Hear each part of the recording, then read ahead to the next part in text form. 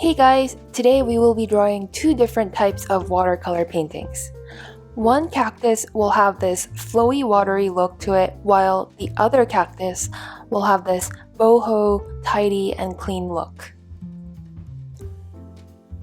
As usual, I'm going to be using the Sublime watercolor kit and the mixed canvas that is included. Using the bold medium brush, we are going to be drawing out a cactus. Since this is like a basic shape, we won't really need to do any kind of sketching. Just feel free to draw these blobs in random places.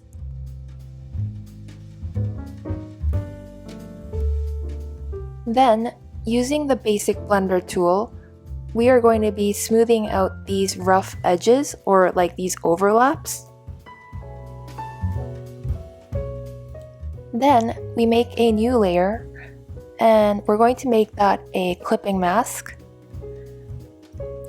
We are going to make some color gradients in the cactus itself, so I'm going to select a stamp, a bloom number 2 stamp, and select a very light green. And I'm just doing that as a test. Bring down the size a little bit. Actually, I need something a tad bit darker, and now I'm going to make some gradients by just using the stamp here and there. And then we can also add in some darker green colors to make the edges pop like real watercolor. Using the basic blender again, you can smooth out these stamp marks and it will look a bit more natural, like real watercolor, as you blend it out.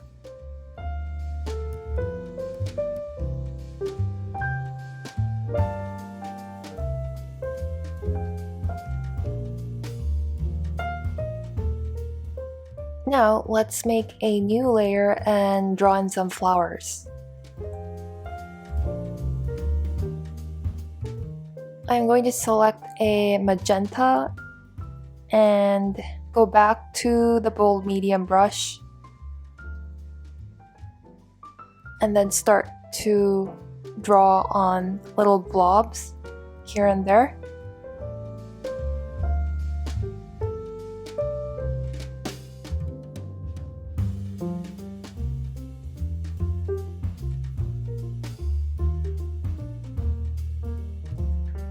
Then we are going to make a new layer for the pot, and we're going to bring that to the very bottom and start to draw in the pot.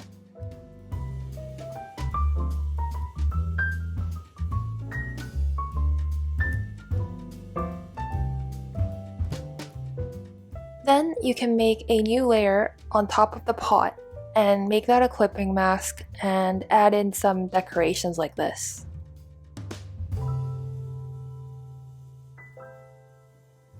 Let's go back to that cactus layer and erase that overlap.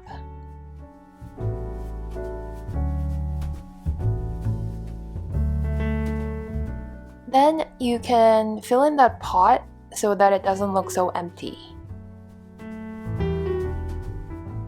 Then on a new layer, we're going to get the dry ink brush and add in some spots.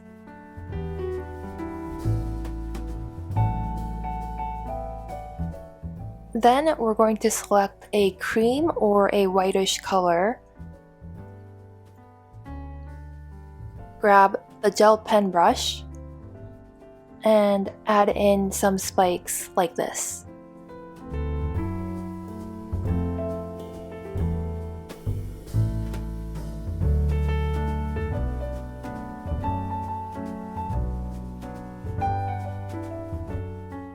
As a final step, we're going to add in some shadows. So go to the selection tool and grab free hand. And then we're going to pretend that the light is coming from the right side. So the left side will have the shadows. And so I'm drawing that roughly. And then go to hue, saturation, and brightness and adjust the brightness levels.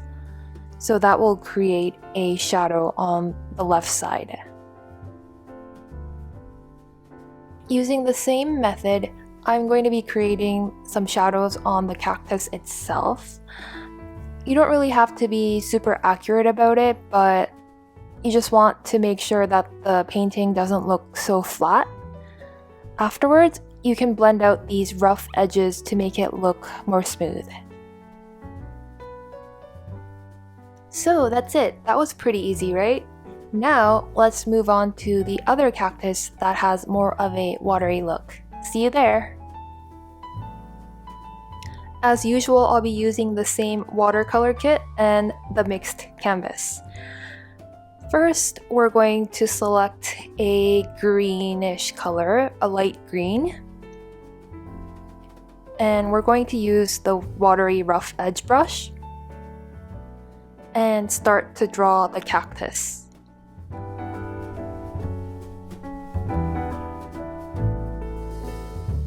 You can draw another one in a different color. On a new layer, draw another cactus, and you'll see why in a sec I drew it on a separate layer. And select that layer and make another layer on top. Select a dark pink, and we're going to choose one of these stamps. I'll choose bloom number 2. And sorry guys, I had to make that a clipping mask. Forgot to show you guys. These stamps can create realistic watercolor effects as well as color gradients, so it's kind of useful that way. I don't like the size of these two cactuses at the back, so I'm just going to resize them.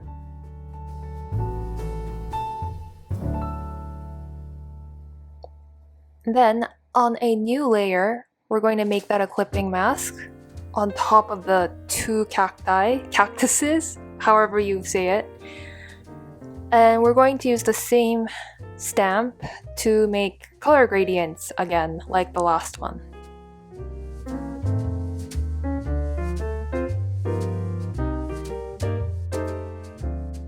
If it looks like too much, you can always blend it out with the basic blender.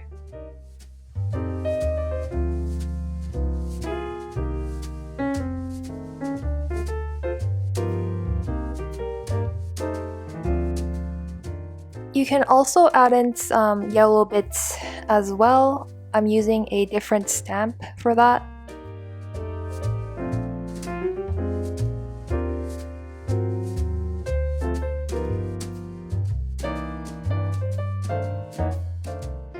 Once you're happy with them, you can merge all of these layers together into one.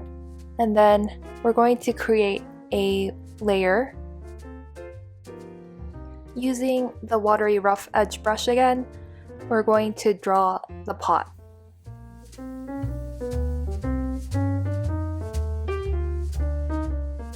We're just going to draw it very roughly, since real watercolor is never perfect. And using the basic blender, I'm just going to smooth out these lines.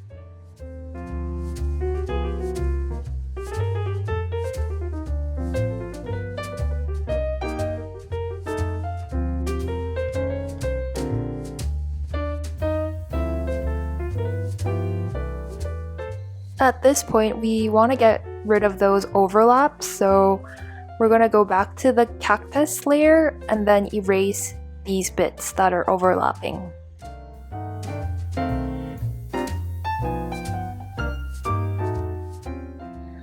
Let's make a new layer on top of the pot layer and select a brownish color because we're going to make some shadows on the pot, and that will make it look more realistic.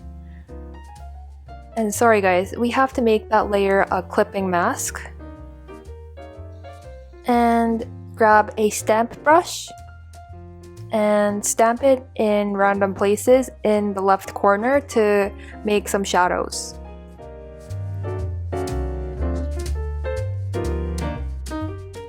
I'm going to use a different method to create some shadows on the cactuses.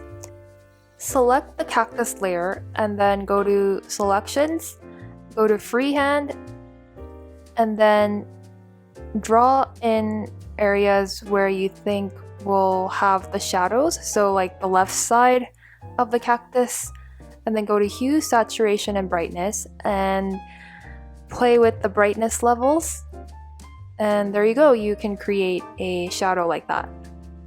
And you can of course blend out the harsh edges, and so I've done that for all 3 of them now. Now we're going to draw some outlines using the dry ink brush. On a new layer, we're going to just roughly outline the edges. You don't have to be precise about this at all.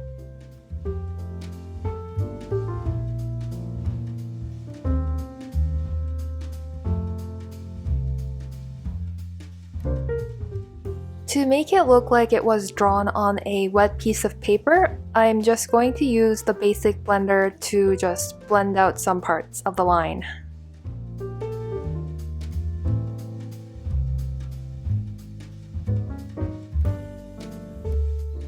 Next, we're going to add in some spikes.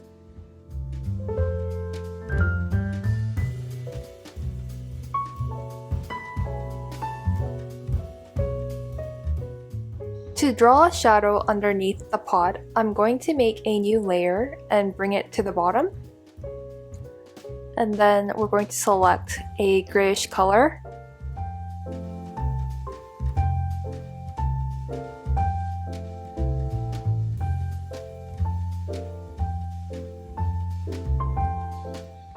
The wide wet brush should be good for this.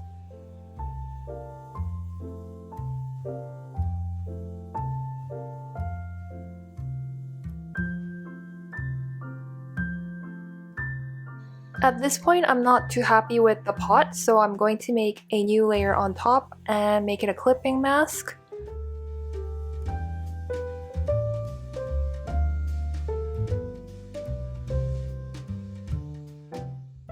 By using one of these stamps, I'm going to try to mimic real watercolor effects by adding in more dimension to this piece.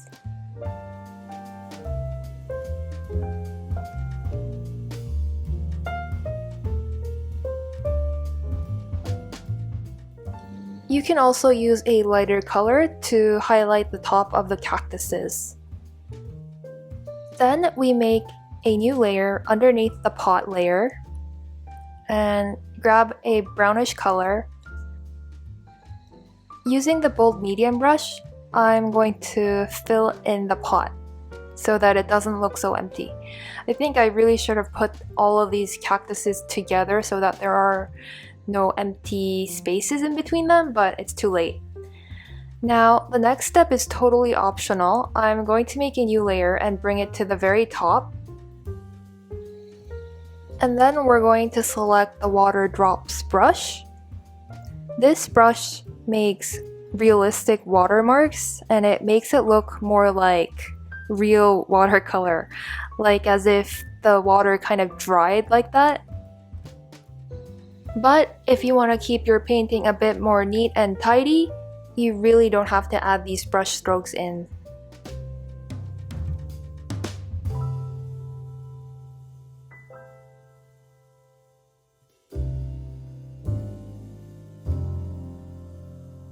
I've finished adding in these watermarks and I think we're done now.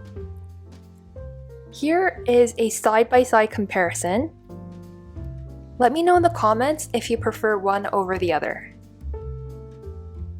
Thank you so much for watching and see you in the next one. Bye!